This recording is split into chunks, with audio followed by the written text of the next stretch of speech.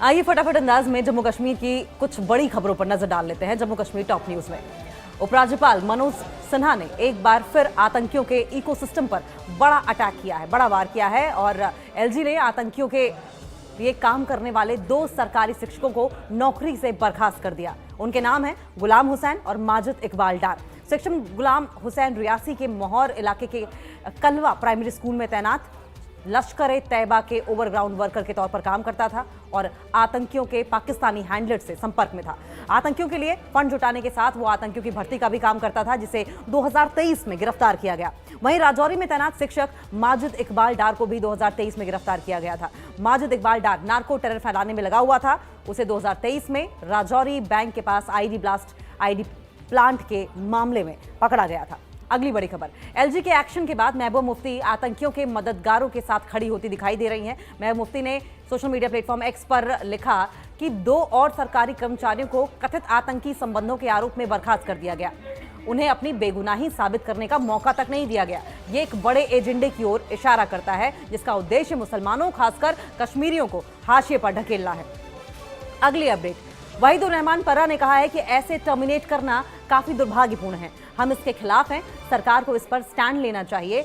जब किसी को नौकरी मिलती है तो पहले वेरिफिकेशन होती है और अगर निकालना भी हो तो उसका भी एक प्रोसेस होता है। क्या ये प्रोसेस फॉलो किया गया है? और इसी प्रोसेस को लेकर दोनों टीचर्स की बर्खास्तगी को लेकर वहीदुर रहमान परा पीडीपी के विधायक हैं, उनकी ओर से भी सवालिया निशान खड़े किए गए हैं। अगली बड़ी अपडेट, कर्मचारियों की बर्खास्तगी पर बोलते हुए डिप्टी सीएम ने कहा है कि बीजेपी हर चीज को अपने एजेंडे के मुताबिक सही ठहराने की कोशिश करती है और अब की बार भी बीजेपी की ओर से टीचर्स की बर्खास्तगी को एजेंडा बनाकर एक तरीके से सही ठहराने की कोशिश की गई है, लेकिन इसकी इन्वेस्टिगेशन होनी चाहिए। इस तरीके से जो बर्खास्तगी की गई है वो पूरी तरीके से गलत है। नेक्स्ट अपडेट, जम्मू कश्मीर विधानसभा में आज भारी हंगामा हुआ। हंगामे के बीच सदन से 4 अहम बिल पारित हुए। रेंट अथॉरिटी बिल, श्रमिक कानून, पंचायती राज संशोधन बिल पास हुआ। साथ साथ कोऑपरेटिव सोसाइटीज एक्ट भी पारित हुआ। सदन की कार्यवाही शुरू होते ही बीजेपी विधायकों ने हंगामा शुरू कर दिया। बीजेपी विधायक एक न्यूज़पेपर की कॉपी लेकर आए थे जिसमें स्कैम से जुड़ी हुई खबर थी। बीजेपी विधायकों ने स्पीकर से यह मांग रखी कि प्रश्नकाल से पहले बाढ़ और नौकरी सहित दूसरे मुद्दे पर चर्चा हो। बीजेपी अपना प्रस्ताव पेश कर उस पर चर्चा चाहती थी, जिससे स्पीकर ने इनकार कर दिया। जिसके बाद बीजेपी विधायक अखबार की कॉपी को लहराते हुए सरकार के खिलाफ नारेबाजी करने लगे, सीएम के इस्तीफे की मांग करने लगे, जिस पर नेशनल कॉन्फ्रेंस के विधायक भी खड़े हो गए और बीजेपी के खिलाफ नारेबाजी करने लगे। बीजेपी ने नेशनल कॉन्फ्रेंस मुर्दाबाद के नारे लगाए और नेशनल कॉन्फ्रेंस कांग्रेस चोर चोर मौसेरे भाई कहा। वहीं नेशनल कॉन्फ्रेंस ने भी चोर मचाए शोर के जमकर नारे लगाए। खूब हंगामा हुआ। इसी पर अगली अपडेट, नारेबाजी के बीच बीजेपी के विधायक वेल में पहुंचे, जिनको मार्शलों द्वारा आरएस पठानिया सहित 3 बीजेपी विधायकों को बाहर का रास्ता दिखा दिया गया, बाहर निकाल दिया गया और इसके बाद बीजेपी विधायक नारेबाजी करते हुए सदन से वॉकआउट कर गए। नेक्स्ट अपडेट, नेता प्रतिपक्ष सुनील शर्मा ने कहा कि हमको चिल्लाने का कोई शौक नहीं है। अगस्त के महीने में बाढ़ आई, सब कुछ तबाह हुआ है और अभी तक लॉस असेसमेंट की कोई रिपोर्ट भेजी तक नहीं गई है, यानी कि असेसमेंट किया ही नहीं गया, इस तरफ ध्यान ही नहीं दिया गया भारत सरकार को। और जो एक बहुत बड़ा स्कैम रिवील हुआ है, करोड़ रुपए के टेंडर्स अलॉट किए गए किसी पर्टिकुलर आदमी को फायदा पहुंचाने के लिए। सीएम को रिजाइन कर देने की मांग एलओपी की ओर से की गई। नेक्स्ट अपडेट, बीजेपी विधायक आरएस पठानिया ने कहा कि आज ये लोग एक्सपोज हुए हैं, टेंडर वालों को करोड़ों रुपए और सरकार को चूना लगाते हैं। माइनिंग डिपार्टमेंट रेत बजरी की चोरी हो रही है और गरीबों को महंगा दिया जा रहा है। सरकार का पब्लिक मनी इस्तेमाल किया जा रहा है। ये सरकार भ्रष्ट है। सीएम को रिजाइन कर देने की मांग आरएस पठानिया की ओर से भी उठाई गई। अगली खबर, भ्रष्टाचार के आरोपों पर प्रतिक्रिया देते हुए डिप्टी सीएम सुरेंद्र चौधरी ने कहा है कि वे किसी भी जवाबदेही के लिए तैयार हैं। उन्होंने कहा कि मीडिया उनकी अपनी विधानसभा क्षेत्र में जाकर जांच कर सकती है कि विपक्ष के नेता के आरोप सही हैं, झूठे हैं, कितने सही और कितने गलत हैं। अगली अपडेट, तनवीर सादिक ने इस पर कहा कि बीजेपी आज एजेंडे के साथ आई थी, जानबूझकर क्वेश्चन आवर को डिसरप्ट किया गया। ये काफी दुर्भाग्यपूर्ण है। हम चाहते हैं कि स्टेटहुड आए, जिससे लोगों के जो मुद्दे हैं उसमें देरी ना हो। 4 साल हैं, हम अपने वादों को लेकर वादाबंद हैं, हम अपने वादों को जरूर पूरा करेंगे, उस पर हमारा पूरा फोकस है।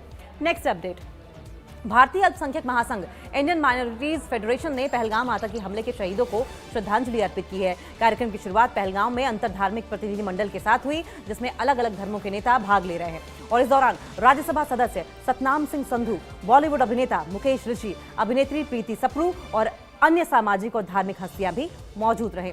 अगली खबर, बॉलीवुड अभिनेता मुकेश ऋषि ने पहलगाम के सेल्फी पॉइंट पर बैसरन आतंकी हमले के पीड़ितों को श्रद्धांजलि दी। उन्होंने कहा कि भारत के सुरक्षा बलों ने आतंकवाद से मुकाबला करने में पूरी तरीके से साथ दिया, पूरी तरीके से आतंकियों का मुकाबला करने में अब भी सक्षम है और देश की असली ताकत उसकी एकता और भाईचारे में है। नेक्स्ट अपडेट, कठुआ में सुरक्षा बलों का बड़ा सर्च ऑपरेशन चलाया गया। संदिग्ध हरकत देखे जाने पर एसओजी और सेना का सर्च ऑपरेशन चलाया गया। इलाके में सक्रिय बताए जा रहे हैं जैश के आतंकी। नेक्स्ट अपडेट, अगस्त 2025 की भीषण बाढ़ के कारण जम्मू डिवीजन में रेल सेवाओं को भारी नुकसान पहुंचा था, जिससे कि लगभग 26 ट्रेनें प्रभावित हुई थी। अब नॉर्दर्न रेलवे चरणबद्ध तरीके से रेल सेवाओं को बहाल करने में जुटा हुआ है। नॉर्दर्न रेलवे के वरिष्ठ मंडलीय वाणिज्य प्रबंधक उचित सिंघल ने न्यूज 18 से बातचीत में बताया कि अब तक 60% रेल यातायात सामान्य हो चुका है, जबकि बाकी सेवाओं की बहाली अक्टूबर से नवंबर 2025 के बीच कर दी जाएगी। इसमें जम्मू तवी, कटरा से आने जाने वाली लंबी दूरी की जो ट्रेनें हैं उनको भी शामिल किया गया है ताकि यात्रियों को ज्यादा सुविधा मिल सके। नॉर्दर्न रेलवे का लक्ष्य है कि दिसंबर 2025 तक पूरी रेल सेवा बहाल कर दी जाए, जिसमें जम्मू डिवीजन में आवागमन एक बार फिर से पूरी तरीके से पहले की तरह सामान्य हो सके। नेक्स्ट अपडेट, पीडीपी विधायक वहीदुर रहमान परा ने ट्वीट करके जम्मू कश्मीर सरकार पर बेरोजगारी के मुद्दे पर जमकर निशाना साधा, करारा प्रहार किया। उन्होंने कहा कि जो सरकार युवाओं को 1 लाख नौकरियां देने का वादा करके सत्ता में आई थी, वही आज बेरोजगारी की सबसे बड़ी दुश्मन बन चुकी है। वहीदुर रहमान परा ने आरोप लगाया कि जम्मू कश्मीर की बेरोजगारी दर 32% तक पहुंच गई है, 32% तक पहुंच चुकी है। वहीदुर रहमान परा ने खुलासा किया कि सिर्फ हेल्थ एंड मेडिकल एजुकेशन विभाग में ही 7,285 रिक्त पद हैं, रिक्तियां हैं, जबकि वित्त में, बिजली विभाग में, उद्योग विभागों में भी हजारों पद खाली हैं। उन्होंने मांग की कि सरकार तत्काल भर्ती प्रक्रिया शुरू करे और बेरोजगार युवाओं को राहत देने के लिए ठोस कदम उठाए, जो भी संभव हो वो एक्शन ले।